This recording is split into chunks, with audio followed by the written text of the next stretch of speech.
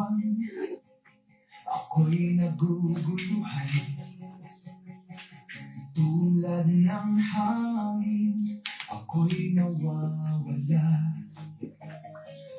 Pait ng buhay, akong tinatamaan.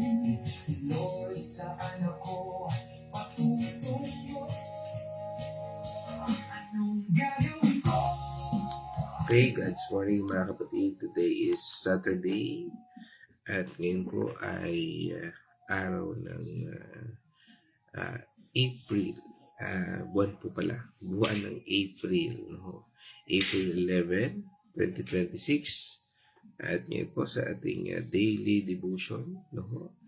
Ay tayo po ay tutungo dito sa ating pag-aaral. At ito po ay mula sa 1 Corinthians, no, chapter 3, verse 16. At ito po ay pamagatan nating empowered by His presence. At sa ating pong pagsisimula ay tayo po ay pangungunahan para po sa pagbabasa ng talata at tayo ay pangungunahan na aking partner para po sa pananalangin. God's morning mga kapatid, tayo po ay babasa sa 1 Corinthians 3 verse 19. Hindi ba ninyo alam na kayo'y templo ng Diyos at nananahan sa inyo ang kanyang Espiritu? Tayo po ay manalangin. Hallelujah. O Lord, maraming salamat, Panginoon, sa umagang pinagkaloob mo muli sa amin, Panginoon. Samahan mo po kami sa aming pag-aaral ngayong umaga, Panginoon. Nawa ang lahat ng aming mapag-aralan ay aming maisapamuhay at maibahagi din sa iba. Samahan nawa kami ng iyong banal na Espiritu, balutan nawa kami ng iyong banal na dugo, nang sa ganon ay lubusan namin itong maunawaan. Panginoon, isinusuko po namin sa inyo ang aming mga buhay. Panginoon, ikaw po ang manguna sa aming mga desisyon, mga iniisip at sinasabi ng aming mga labi, Panginoon. Nawa ikaw ang mapupurihan ng aming mga nakakasalamuha, Panginoon, at hindi ang mga sarili naming gawa. Nawa, Panginoon, ay patuloy mo palakasin ang aming mga katawan nang sa ganon paglabanan namin ng anumang sakit na kumakalat, Panginoon. Ganon din, Panginoon, pinapanalangin po namin ang nangyayaring kaguluhan sa ibang bansa, Panginoon. Nawa patuloy yung pagharian ang buhay ng mga taong namumuno sa mga bansang ito nang sa ganon matigil na po at magkaroon na ng kapayapaan, Panginoon. At ganon din po ang lahat ng mga kasama namin, Panginoon, na manunood nitong live na ito, Panginoon. Nawa patuloy mo pong bigyan sila ng kaunawaan, Panginoon, at ganon din ang kalakasan ng katawan. Kaya maraming salamat po, Panginoon, sa umagang ito. At ito po ay aming ipinapanalangin sa pangalan ng inyong anak na si Jesus. Amen. Amen. Praise ng Diyos. No, at ito ay sabi nga ng ating pamagat, empowered by His presence. Saan nga ba tayo tunay na kumukuha ng lakas? No? At kung yan ay sa ating Panginoon, sigurado yung lakas na yan ay magtatagumpay. At ito, basahin ko lang din ulit sa ating sa Amplified Version. Sabi niya, do you not know and understand that you, ibig sabihin po rito pinatutungkulan ng talata mula po sa Amplified Version. May footnote po kasi dito, the church, no? Tayo daw po yung church, no? Are the temple of God. And that the Spirit of God dwells, sabi doon, permanently, ito sa footnote, no? Alam naman natin ang permanently, no? Ibig sabihin ay hindi po yan temporary. At nandun na, no? Tinanggap natin ang ating Panginoon Kristo bilang ating Panginoon tagapagligtas, nananahan ako sa atin. Ano? Sabi doon, collectively and individually, no? Sa ating lahat, no? At sa ating mismong sarili, no? Kapag tayo ay nagtitipon, at kapag mismo tayo, kahit tayo nag-iisa, no?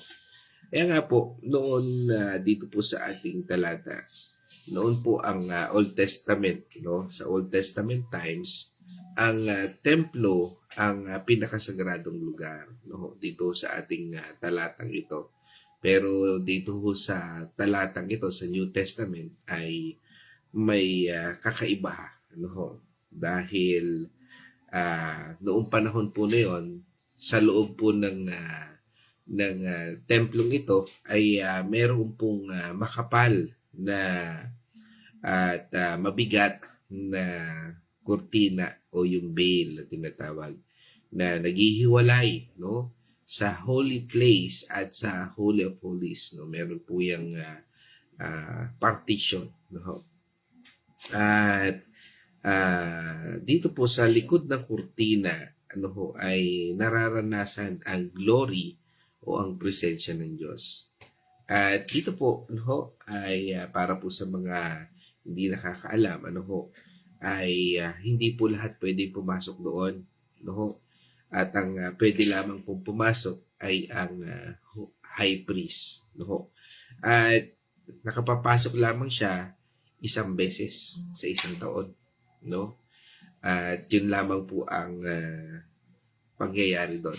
At ang kurtinang yun po ay sumisimbolo ng hadlang, no, sa pagitan ng banal na Diyos at ng tao. Yan po yung separation, no? Dahil nga po ang tao ay makasalanan. Pero nang namatay, take note po ito ha, nang namatay at nabuhay na maguli ang ating Panginoong Jesucristo, di ba? Noong nakaraan napanood natin, ano ho, ang Passion of the Christ, at napanood po natin yan, ano ho, ay nangyari po ang isang himala. Ang kortina sa templo ay napunit mula sa itaas hanggang sa baba. Ibig sabihin, bukas na po ang daan. Hindi na limitado ang presensya ng Diyos sa isang building o sa isang lugar lang. Dahil doon, inilipat po ng ating Panginoon Diyos ang kanyang templo. Hindi na po sa bato, hindi na sa kahoy, o sa anumang lugar, kundi nasa tao na po.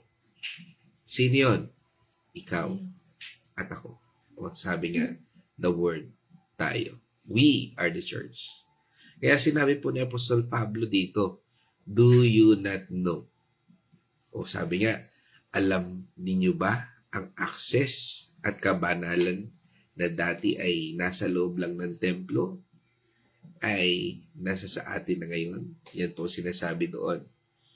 At sabi nga rin po sa atin ng 2 Corinthians, kung atin pong tutunghayan nyo na noon, ng 2 Corinthians chapter 6 verse 16 naman tayo. O di kaya'y ang templo ng Diyos sa Diyos-Diyosan, hindi ba tayo templo ng Diyos na buhay?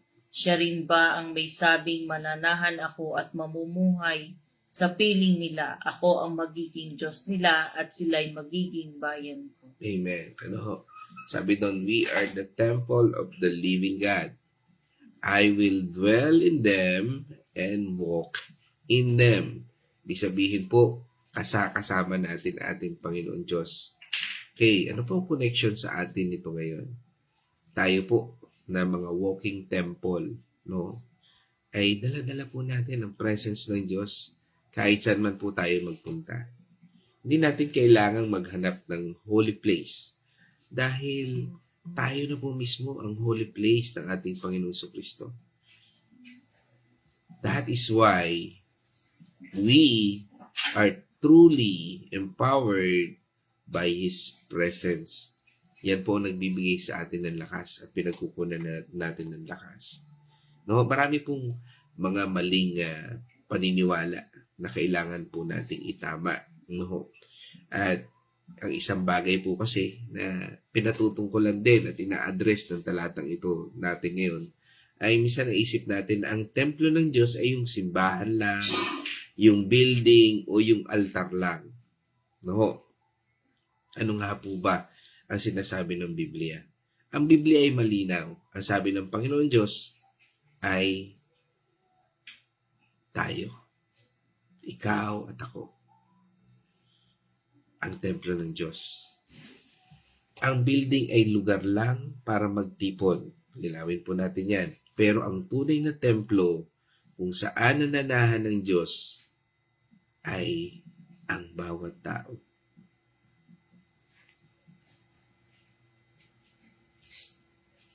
Hindi tayo pumupunta sa church para lang magdasal sa pader o sa upuan. Pumupunta tayo doon dahil ang mga tao doon ay pinupuno at pinupuri ang ating Panginoon Diyos. Minsan naiisip din ng ibang tao na nandyan lang ang Diyos kapag feeling natin spiritual tayo o nasa mood tayo. Parang nakabase ba siya doon sa mood natin? Ayoko muna mag-church. Kasi wala ako sa mood. Kasi hindi ko feel. No, minsan, hindi po ganun. Sabi po ng verse, no, dwells permanently. Nako. Nandyan siya palagi. Hindi siya umaalis. Kapag nagkakamali tayo, o nalulungkot tayo.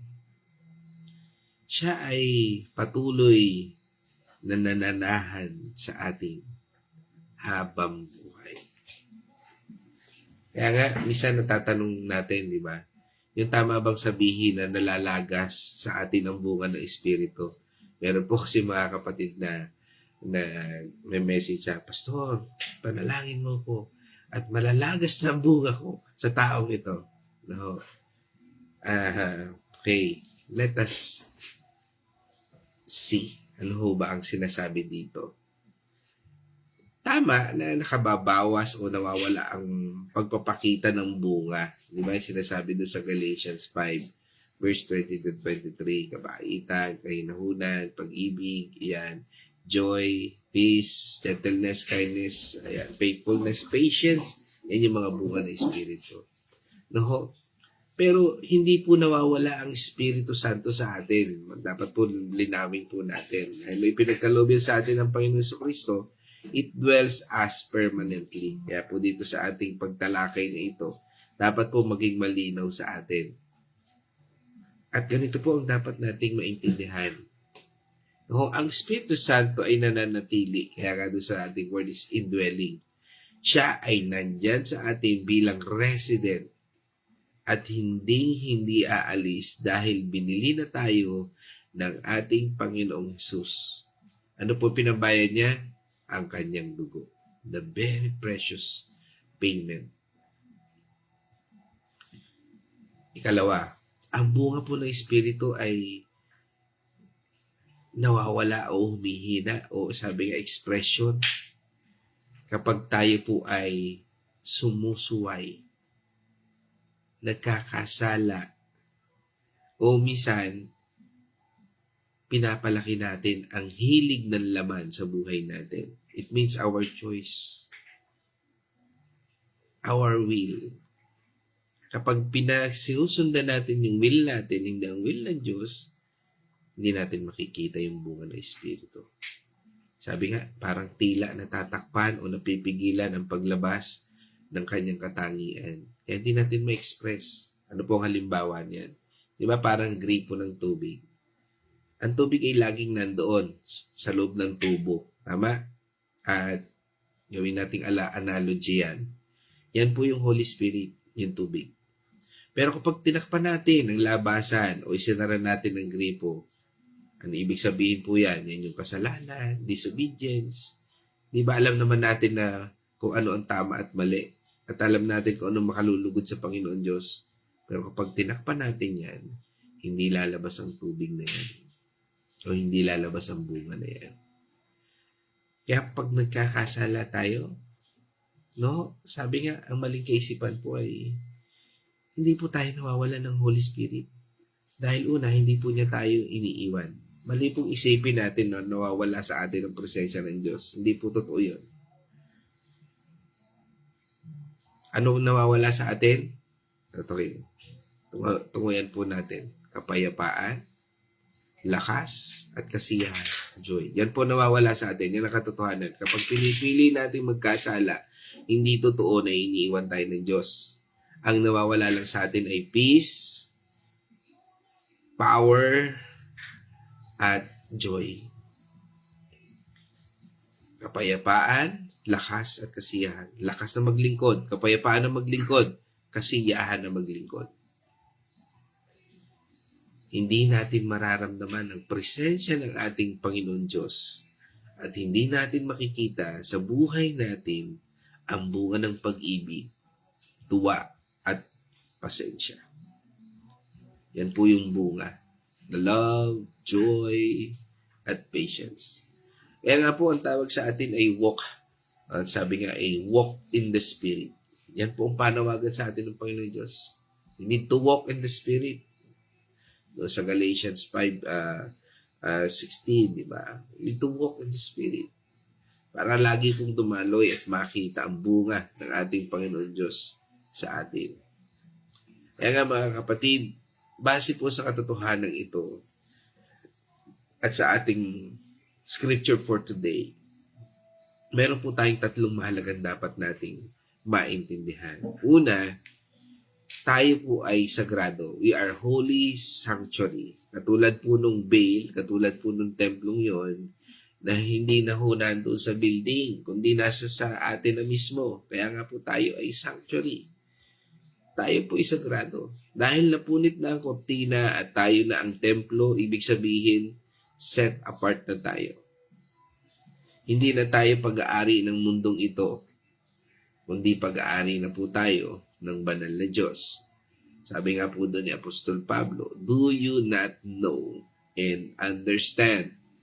Ito po yung tanong. Tanong ni Pablo, alam ba ninyo ito? O nakalimutan nyo na, parang gano'n. Ano ho? Kaya nga po, gisingin po natin ang ating mga diwa. Tayo po ay pinananahanan na ng ating Panginoon Diyos. Kaya nga po, tayo ay holy hindi dahil sa ating karakter.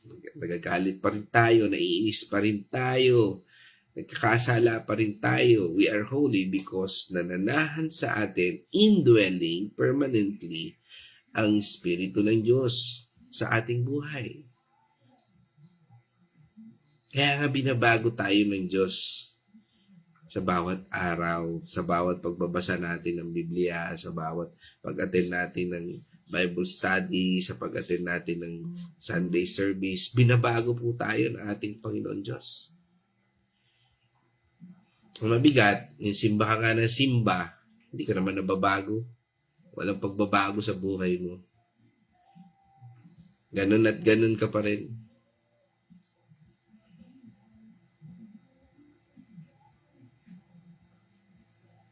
Dahil tayo po mga kapatid, tayo po ay templo ng ating Panginoon Diyos.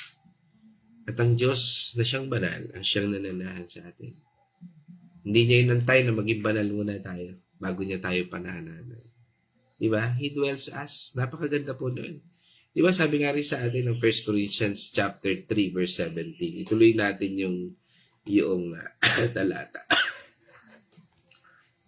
Paparusahan ng Diyos ang sino mang maghawak ng templo niya, sapagkat banal ang templo ng Diyos at kayo ang templong iyan. Yun. No, paparusahan. No, ha? Paparusahan. No. Kaya nga mga kapatid, bilang tayo, templo ng ating Panginoon Diyos. Sabi nga, yung mga wrong choices natin, that is the consequence of our wrong choice. That is the consequence o consequences. Hindi tayo pinahihirapan ng Diyos. Misa tayo na nga lang nagpapahirap sa sarili natin.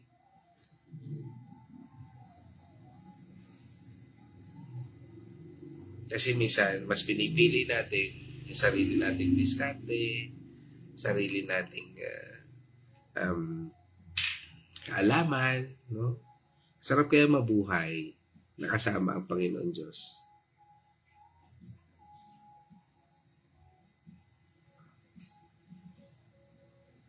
Ikalawa, ang Espiritu Santo po ay nananahan. Lagi po natin tatandaan yan permanently sa ating buhay. No? Sabi dito, napakaganda po talaga ng sinasabi dito, dwells permanently. Hindi siya nakabase dun sa, ay, ikaw ay topakin. Ano? Ayoko sa'yo, topakin ka eh. Pero the Lord, nung tinanggap mo siya, kahit ikaw ay topakin, no? Ay, He dwells permanently to you. At gusto niya, baguhin niya yung pagiging, yung topak mo. No? Kundi, baguhin ka niya sa kanyang pagmamahal. Lunurin ka niya sa kanyang kapayapaan. Dahil sabi nga po, napakaganda po ng illustration dun eh, na nabaak yung tabing mula taas hanggang ibaba. Sabihin, talagang He dwells permanently sa atin.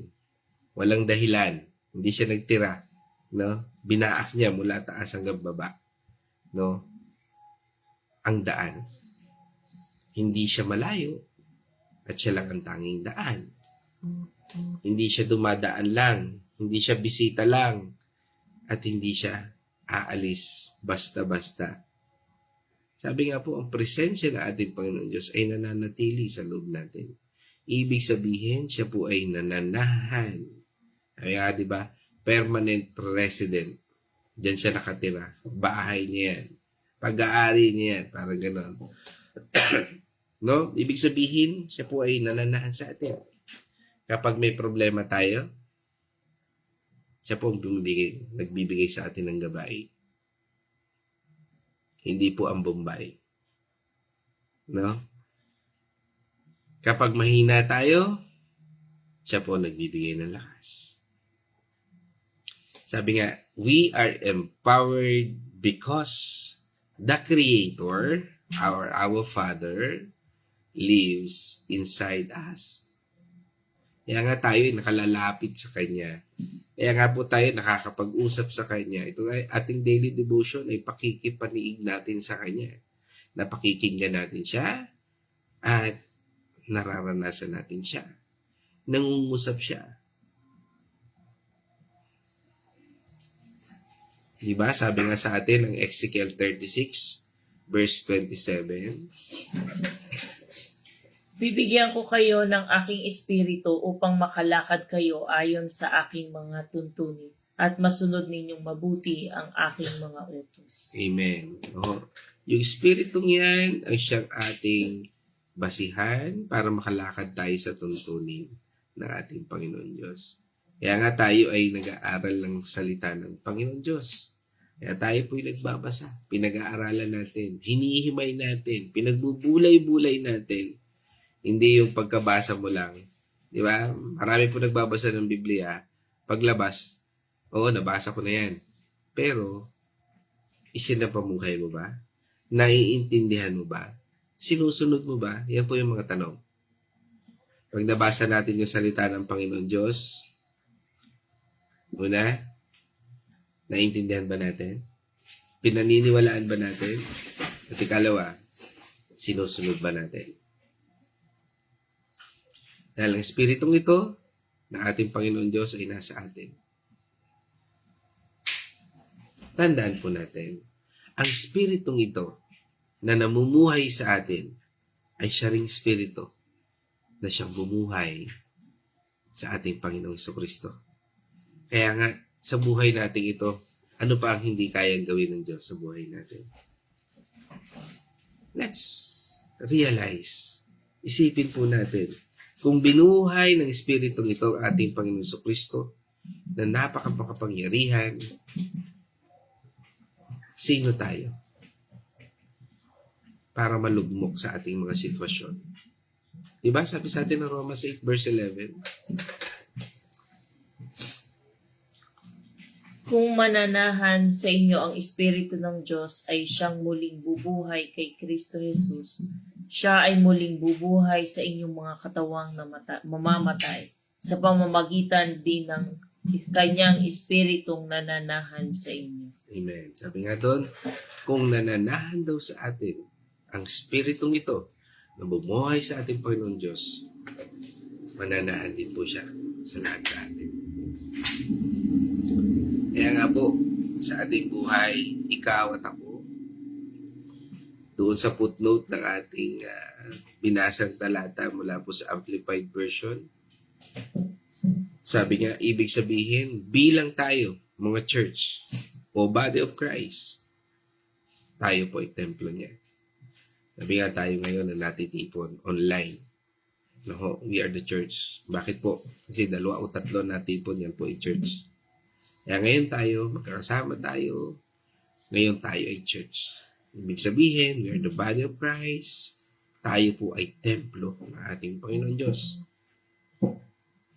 Kaya nga po, tayo rin po mismo ay lagi nating hindi porket nasa church po tayo o kasama tayo sa gathering ay masasabi nating sapat na. Ang may tanong po kasi yan sa personal ba nating buhay, pinapangalagaan ba natin ang kanyang presensya? Yan po ang laging tanong. Andyan ba ang presensya ng Diyos sa buhay natin? Ngayon, sa mga oras na ito, o sa after nito, o sa susunod na panahon, nandyan ba lagi ang presensya ng Diyos sa ating ginagawa? Hinahayaan ba nating mamahala ang ating Panginoon Diyos sa ating mga puso?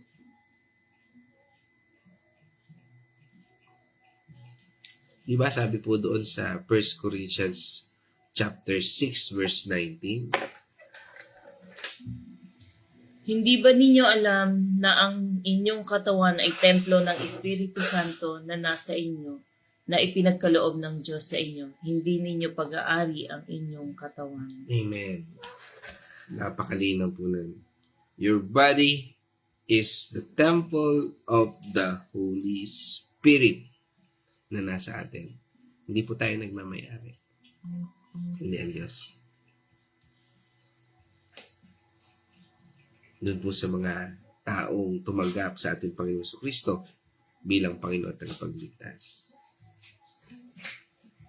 Kapatid, tandaan po natin, dahil napunit na ang kurtina at ang Diyos ay nasa atin na,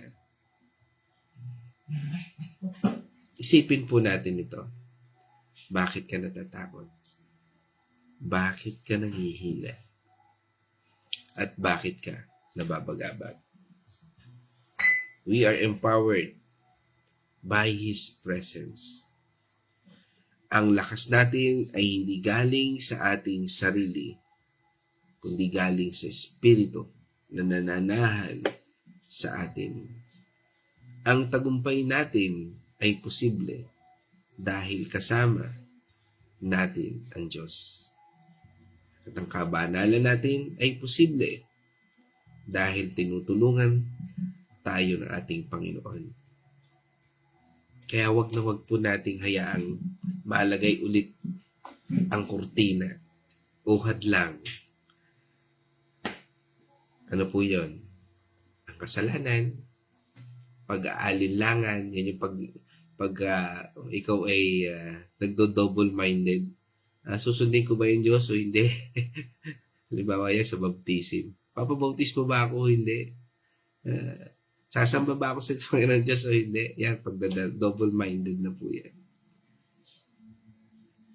Huwag po nating hayaan o ilagay ang kurtina sa buhay natin. Hayaan po natin na maging malaya ang Diyos. Patuloy po nating purihin ng Diyos sa ating mga katawan at sa ating espiritu. Dahil siya po ang nagmamayari sa atin. Mga kapatid, sa aking pagtatapos, lagi po nating tatandaan, mahalaga po tayo sa ating Panginoon Diyos. Bakit tayo mahalaga? Hindi dahil sa galing natin. Hindi dahil sa yaman natin. At hindi dahil sa dami ng kaibigan natin. Mahalaga tayo dahil pinili tayo ng Diyos para maging tahanan niya. Hindi tirahan. Pagkakaiba ng tirahan at saka ng tahanan. Pagka tirahan, di ba sa loob ng bahay natin, pagka yung naririnig mo, ikaw kasi, tawag po dyan sa bahay natin, tirahan. Pero pagka ang bahay po natin, kumusta ka? Kumain ka na ba? Oh, malulungkot ka ba? Sige, tahanan. Yan, tahanan po yan. No? Isang ilustrasyon na tingnan po natin at suriin natin sa loob ng tahanan natin. Ang tahanan ba natin ay tirahan ng tirahan, o tahanan, nagiging comfort zone ba natin? Isipin natin ito. Ang Diyos na gumawa ng langit at lupa at ang Diyos na hawak ang buong universe, siya ay komportableng tumira sa ating katawan, sa ating mga puso. Hindi niya itinuring na bahay lang tayo o kalsada lang, kundi sagrado at mahalaga. Yan po ang tingin niya sa atin. Kaya kahit pakiramdam natin ay magulo ang mundo sa labas, o kahit may mga bagyo sa buhay natin, maging panatag po tayo. Dahil lahat sa atin, kasama po natin ang prinsipe ng kapayapaan. His name is Yeshua HaMashiach, our Lord Jesus Christ, the Anointed One. Huwag po tayong magtanong kung may karapatan ba tayong magtagumpay, dahil ang sagot po dyan ay meron. Bakit po? Dahil ang Espiritu na nabubuhay sa atin ay ang ating Panginoong Hesus. Napagtagumpayan niya ang kamatayan, at ngayon, siya ay nananahan sa bawat isa sa atin. Walk today with your head held high. Smile with confidence. Because we are not just a person passing by. Tayo po ang templo ng buhay na Diyos. You are filled, you are loved, and you are truly empowered. God bless sa ating lahat at purihin ang ating Panginoon Diyos. Ngayon naman tayo po'y dadako sa Venice Reflection. God's morning, mga kapatid. Ito pong ating napag-aralan ito ay napakaganda pong paalala sa bawat isa sa atin tungkol sa ating buhay, sa ating katawan, paano natin ito gamitin, paano natin ito alagaan. Sinasabi po dito na hindi lang basta tayo laman, buto ng ating katawan, kundi tayo ay templo ng ating Panginoong Diyos. Ibig sabihin po, banal at espesyal ito dahil naninirahan sa loob natin, sa puso natin, ang banal na espiritu at ang ating Panginoong Hesukristo. Dahil tayo ay templo ng Diyos, may responsibilidad tayo na alagaan at ingatan ang mga ito. Hindi lang ito gaya ng pagkain na masustansya o pag-iwas ng bisyo, kundi ito rin ay iiwas natin sa mga kasalanan na nasa paligid natin, sa masasamang gawi at sa maruruming kaisipan. Dahil kung ang templo ay banal, dapat din namang banal ang pamumuhay na naninirahan dito. Ito rin ay nagbibigay ng katiyakan na hindi tayo nag-iisa. Kasama natin ang Diyos sa loob ng ating puso at pagkatao. Kaya dapat tayong mamuhay ng may takot at paggalang sa Kanya.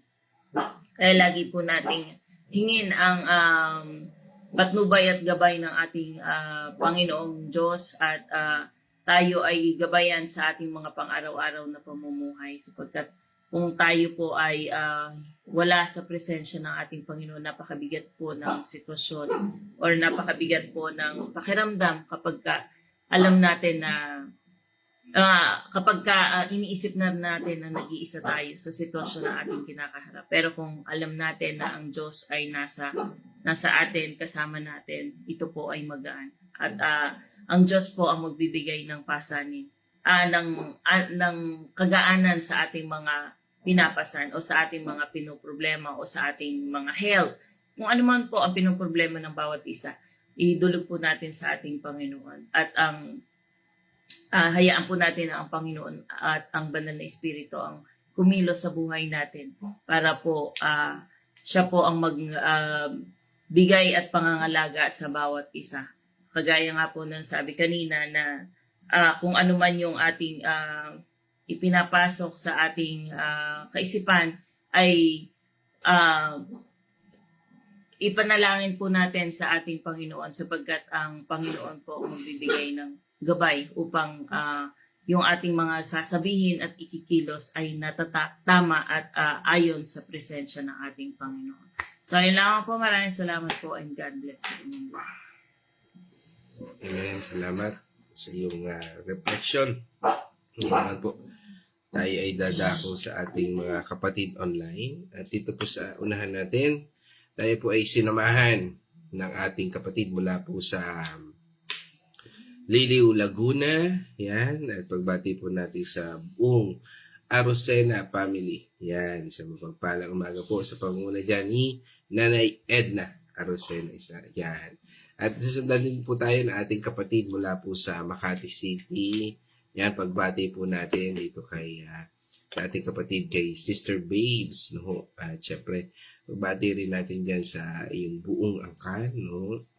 Buong pamilya, dyan kay Kuya Ramil, no? Yan, kay Kate, kay Ape, no? Sa Bulacan, no? At sa inyong mga anak kay Ezekiel, Isaac, at kay Isaiah. Yan. Okay, so, yan, nasundan din po tayo ng ating kapatid from USA, no? Ang Daw family, yan, sa pangunguna ni Nurse Abby, sa mapagpalang umaga po sa inyo dyan, no? At sa inyong lahat, no? At sinundan din tayo ng ating kapatid from Candelaria, Quezon. Yan, kasama natin si Bernard Castillo Mandigma. Yan, God's morning sa inyong buong pamilya, sa inyong mga anak. Yan, at sa lahat-lahat dyan sa inyo. At nasundan din po tayo ng ating kapatid mula sa kasama rin po natin ngayon ating kapatid mula sa Villa Escudero at pagbati na rin natin dyan sa buong pamilya yan sa pangunan ni Naywini Patual, yan kay Ate Lisel Dalangin at sa inyong lahat dyan. Sa mapagpalang umaga po sa ating lahat. At kasama rin po natin muli, no, ang ating kapatid mula sa Santo Niño, San Pablo City, si Nanay Josie. Isang mapagpalang umaga po sa inyo. At yan, at kasama rin po natin from Dolores, Quezon, no? Ang ating kapatid, no? Yan, si Brother Rolly. At syempre, pagbati rin ulit natin ng happy birthday at congratulations kay Roan, no? Ano yung graduation? Oo, yan. Yan, kay Roan. At syempre sa inyong mag-asawa, kay Sister Angel at sa iyo at sa iyong buong pamilya at syempre sa aking inaanak kay Rael, no, dyan sa Dolores, Quezon.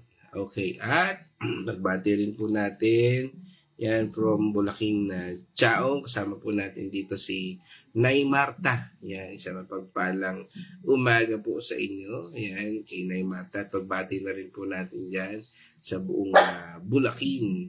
Kapatid natin dyan sa Bulaking, Quezon, no? Diyan sila Kuya Chris, no? Si Nay Gori, si Nay Lina, at lahat-lahat po dyan sa Bulaking, Quezon. No? And see you tomorrow sa ating Sunday service. At kasama rin natin from Bacolod City, kasama po natin ating kapatid, si Kuya George Pios. Isang mapagpalang umaga po sa inyo. Yan, kasama rin po natin, no? Ang ating kapatid, ayan, ating gitarista. Yan, isang yung ating si Brother Ian Artillaga. Pagbati rin natin sa yung buong pamilya. Isus na po. Yan, sa yung buong pamilya yan. Kay Sister Maripe at sa inyong mga magagandang anak. Yan. At sino pa? Yan, kasama rin natin muli si Kate, no? Si Sister Kate Daniel. Yan, ganda ng pangalan eh. Daniel. Daniel eh. Parang ano yan, no? Parang mga Italian eh. No? Daniel eh. Yan. Kate Daniel. Yan. Yan. From Makati City. Yan. Anak po siya ni Sister Babes. Yan. Isang mapagpalang umaga sa iyo, kapatid. Yan.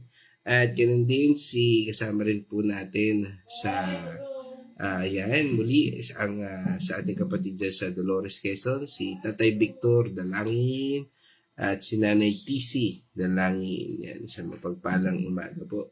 At yan, ang ating kasama rin po natin, si Sister Buena. Yan, ang Castillo family. At pagbati rin po natin sa buong Castillo family. Diyan kila Brother Alvin, no? At sa inyong buong angkan, no? Diyan sa San Gregorio, San Pablo City.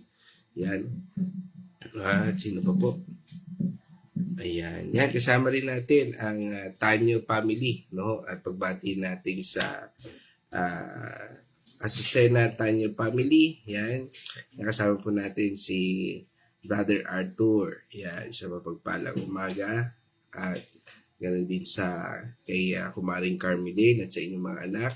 Kay Pau at kay Julene, isang mapagpalang umaga po, no? At purihin ang Diyos, no? At pagbati rin natin sa aming inaanak, yan, kay Tyrone at kay Janessa, no? Yan, at sa ating lahat dyan, no? At sino pa? Yan, that's all mga kapatid. At ngayon po, tayo po ay magtatapos na, no? Nawa po tayo ay napagpala ng salita ng ating Panginoon Diyos. Mula po dito sa 1 Corinthians chapter 3, verse 16, yan po tayo magtatapos. At tayo po ay manalangin. Let's all pray. O manaming Diyos na mahabagin, makapangyarihan, aming Diyos Ama na nasa langit. Salamat po sa araw na ito. At kami po, Panginoon, ay pinagkalooban nyo ng lakas na nagmumula sa iyo, Panginoon, ang iyong presensya. At Lord, isang paglilinaw na napaka buti mo sa amin dahil hindi mo tititingnan ang aming karumihan, kundi Panginoon, pumasok ka sa amin upang alisin ang mga bagay nito sa aming buhay. Nawa, Panginoon, kami ay pagkalooban mo ng lakas upang alisin ang mga bagay na hindi nakalulugod sa iyo sa aming isipan, sa aming buhay, at sa aming puso, Panginoon. Kaya, Panginoon, patuloy kang manahan sa bawat isa sa amin, at ikaw po ang aming pinupuri sa lahat ng ito, at dalangin po namin, Panginoon, na patuloy kang maghari sa buhay ng bawat isa.